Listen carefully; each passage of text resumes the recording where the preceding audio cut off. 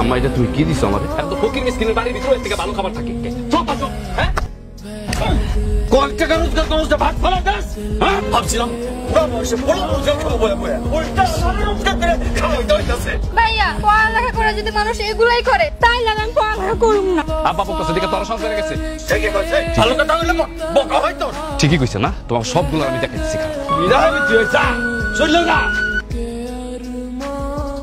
আমার 250 গ্রাম মাংস দাও।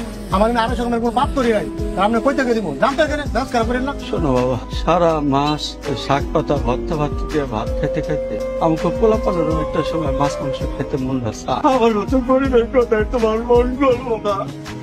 চাচা আমাকে মন আছে 1 কেজি নিতেছে 1 কেজি লই না। না না না বাবা যাও। আরে টাকা লাগবে না তো। আমি মাংনা জিনিস নিই না বাবা।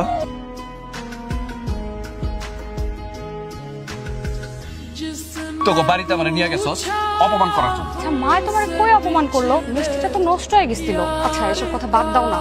মায়ের কইছে তুমি যদি দুবাই না যেতে পারো তাহলে তোমার সাথে আমার বিয়ে দিবে না। তুমি কিন্তু সত্যি সত্যি দুবাই যাবা আর যাওয়ার আগে আমার বিয়ে করবা। আচ্ছা ঠিক আছে আমি তোমার কথা দিলাম আমি দুবাই যাবো তোমার বিয়ে হবে।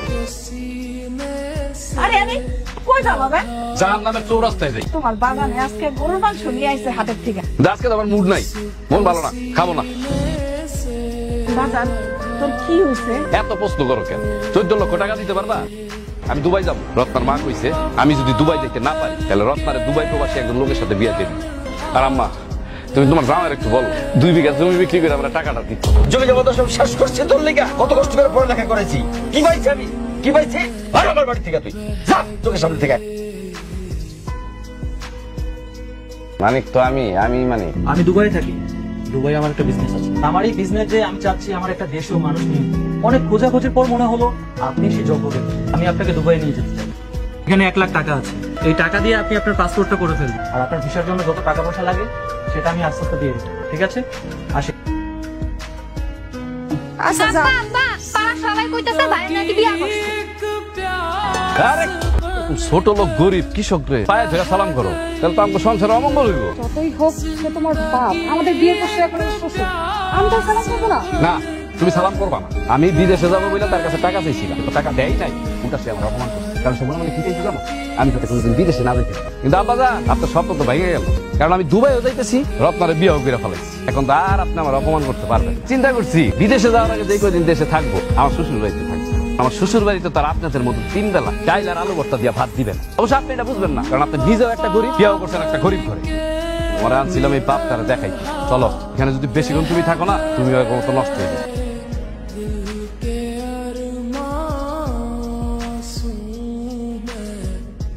আপনি আফসার চাচা না? আপনার তো যে জমি জমা আছে এগুলোতে চাষবাস করে তাতে খাইতে পারে। আর তাছাড়া আপনার বলা টাকা বিদেশ গেছে, আপনার আবার অভাব কিসের? আমি না কিছু বুঝতেছি না। সবগুলা অভাবের কারণে বেচা লাগছে। একটা অনুরোধ করি, আমি যে রিক্সা চালাইতেছি কাউরে কিছু করো না। আচ্ছা আপনি কোনো চিন্তা করেন না, আমি এই কথা কাউরে বলবো না। একটা দুবাই প্রবাসীর পোলার কাছে রিক্সা চালা এরকম পোলা থাকার সাথে না থাকাই ভালো। তোমরা তো কেন এ আল্লাহ কষ্ট করে খাইতেছি তারপর মিশে কথা কইতে হইতেছে আমারে। বাবা পোলারে জ্ঞান দাও। তুমি একটু মানবে শ্বশুর বাড়ি যাও না, যে পোলাটা একটু খবর নেও না, মুখটা তো পুড়তেছে। আমার মানে কেমন আছিস বাজার? এখন দুবাই আসছি তো টাকা পয়সা কামাইতেছি, কথা সুর চেঞ্জ হয়ে গেছে না। দেশে থাকতে তো একটু শান্তি দাও নাই, দাও আমার দাও। না এরকম পোলা লাগে কথা কম না। ঠিক আছে তোমার কথা কওয়া লাগবো না, তুমি রত্নারে দাও। এখানে যদি তুমি থাকো তুমি ভালো থাকতে পারবা না। দাও। আমার যদি কয়েকটা টাকা বাড়ায় দিতে। রিকশা তো চালাম না, মানুষের কাছে সাহায্য চালাম। আসলে আমি ভিক্ষাও করি না। আসলে আমার একটা মায়ের কলেজে পড়ে, আর কালকে পরীক্ষার ফিটা আসতে 5 টাকা কম পড়ে যেত। যদি আপনি একটু সাহায্য করতেন তাহলে আমার মায়ের লেখাপড়া করতে পারবে। কান্না করবেন আমি 1000 টাকাই দিচ্ছি আর বাকি 500 টাকা দিয়ে ভালো মন্দ কিছু বাজার করে নিয়ে যাই। আপনার ভালো করবো। তুমি কোনছে না তখন তুমি যাও না যে আজকে ফর্ম ফিল আপের লাস্ট ডেট। তোমার এক চাচা কাছে টাকা পাইতে হ্যাঁ আমার দিছে 2,500 টাকা লাগবে তোমার। এই যে 2,500 আছে, যাও যাও মা। আই রিকশা মামা যাবে? দেখি আপনি মুখ লোকালেন কেন? এমনি দেখি মুখ দেখান না। চল বাবা আপনি আপনি কিসের এত ভত? আপনি কেন রিক্সা চালাবেন?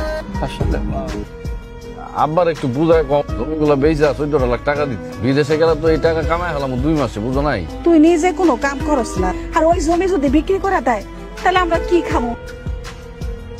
আমি না সন্তান জন্ম দিচ্ছে, সন্তানের ভবিষ্যৎ করে দিতে পারো না। ঠিক আছে, তোর একবারে কর এমন চাষকে তো সবকিছু অত্যাচার আমার উপরে। এই যে আমার ওই মাঠের জমি বেচা আর বাড়ি বন্ধক রাখা 14 লাখ টাকা আছে। আমি যে তোমার টাকাটা দিস, এইটা আমার পোলা মালিক রে তুমি কই? আমি কথা দিচ্ছি আপনাকে, এই কথা আমি কাউকে বলবো পেলে না আসি। আমার পোলার তুমি এই কথাটা কইও না, আমি খুব কষ্ট পাইবো। আপনার ছেলে যে কত বড় অন্যায় করতেছে, পাপ করতেছে, তার জানা উচিত। আমার তারে বলতে হবে, আমার মাফ করে দিয়ে। বৌমা আম্মা কি ব্যাপার, এটা কার লাশ?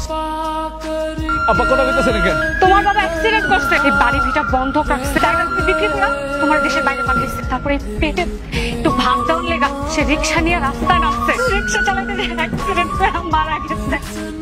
আব্বা আব্বা আব্বা তোমার মালিক চলে যাইছে বিদেশ থেকে। আব্বা আমি অনেক টাকা কামাই নিয়েছি, মানে 20 লক্ষ টাকা নিয়েছি। আব্বা কথা বলতেছো না আব্বা? আব্বা সারাটা জীবন শুধু তুমি আমাদের দিয়ে গেছো, কিন্তু এই অভাগা সন্তান কোনো উপকার করতে পারলাম না, কোনো কিছু দিয়ে দিতে পারলাম না তোমার।